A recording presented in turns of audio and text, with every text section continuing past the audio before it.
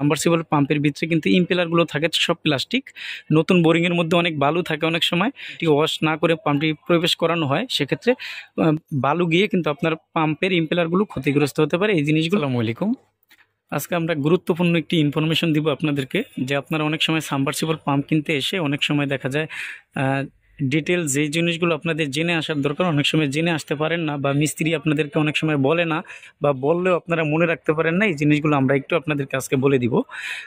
প্রথমত আপনারা জেনে আসবেন যে আপনারা যেইখানে সাবমার্সিবলটা স্থাপন করবেন আপনাদের বোরিং কত ইঞ্চি মোটা বোরিং করা আছে, মানে মাটির মধ্যে যেই পাইপটি স্থাপন করা আছে ওই পাইপটির সাইজ কত ইঞ্চি মোটা।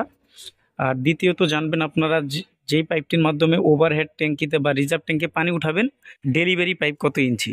আর 3 নাম্বার যে জিনিসটি জানবেন যে আপনার এলাকায় ওয়াটার লেভেল কত ফিট আছে, বা মাটি থেকে কতটুকু নিচে পানির লেয়ার আছে।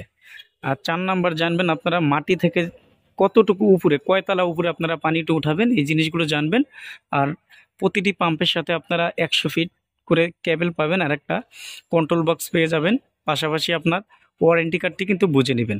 সাবমার্সিবল পাম্প মূলত কয়েকটা ক্যাটাগরির হয়ে থাকে। 3 ইঞ্চি বোরিংয়ের হয়, 4 ইঞ্চি বোরিংয়ের হয়, 6 ইঞ্চি বোরিংয়ের হয়। আপনি যদি আপনার ডিটেলস আপনার যেটা লাগবে সেই জিনিসটি জেনে না আসতে পারেন, সেক্ষেত্রে দেখা যাবে আপনার লাগবে এক জিনিস, আপনি বাজার থেকে অন্য এক জিনিস কিনে নিয়ে যাবেন, তখন হয়তো বা আপনি একটু হয়রানির শিকার হবেন, বা দোকানদারও রিটার্ন নিতে চাবে না ওয়ারেন্টি কার্ড ফিল আপ হয়ে গেলে, আর পাম্প রিটার্ন নেওয়ার কোনো সুযোগ থাকে না। তো এই জিনিসগুলো আপনারা যদি জেনে আসেন তাহলে আপনাদেরকে দোকানদারও ভালো একটি পাম্প দিতে পারবে ভালো সিলেকশনের মাধ্যমে, প্লাস আপনিও হয়রানি মুক্ত থাকবেন। আপনাদের বাজেটের সমস্যা না থাকলে অবশ্যই পেট্রোলো পাম্প সবচেয়ে ভালো হবে। আপনারা পেট্রোলো পাম্পই কিনবেন।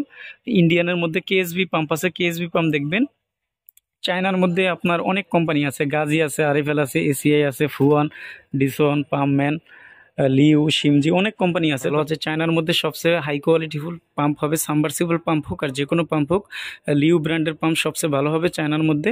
তারপরে আপনারা সিমজি ব্র্যান্ডের পাম্প দেখতে পারেন। তারপর ফুয়ান আছে, গাজি আছে, পাম্পম্যান আছে, এই পাম্পগুলো আপনারা দেখতে পারেন।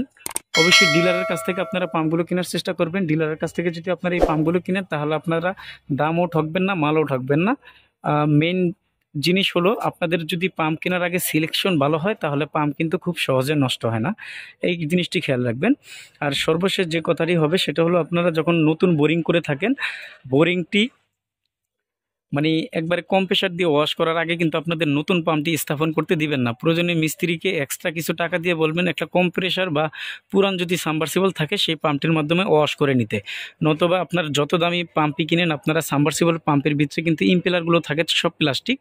নতুন বোরিংয়ের মধ্যে অনেক বালু থাকে অনেক সময়, সেক্ষেত্রে যদি আপনার নতুন বোরিংয়ের মধ্যে আপনার নতুন পাম্পটি ওয়াশ না করে পাম্পটি প্রবেশ করানো হয়, সেক্ষেত্রে বালু গিয়ে কিন্তু আপনার পাম্পের ইম্পেলারগুলো ক্ষতিগ্রস্ত হতে পারে। এই জিনিসগুলো অনেক খেয়াল রাখবেন। তবে অনেক অভিজ্ঞ মিস্ত্রি ভাইয়েরা আছে, তারা এই জিনিসটি করে। অনেক অনভিজ্ঞ মিস্ত্রিরা এই কাজগুলো ভুলবশত করে ফেলে, যে কাঁচা বোরিংয়ের মধ্যে নতুন পাম্প প্রবেশ করায়। ভিডিওটি ভালো লাগলে চ্যানেলটি সাবস্ক্রাইব করে আমাদের সাথেই থাকুন। আল্লাহ হাফিজ, আসসালামু আলাইকুম।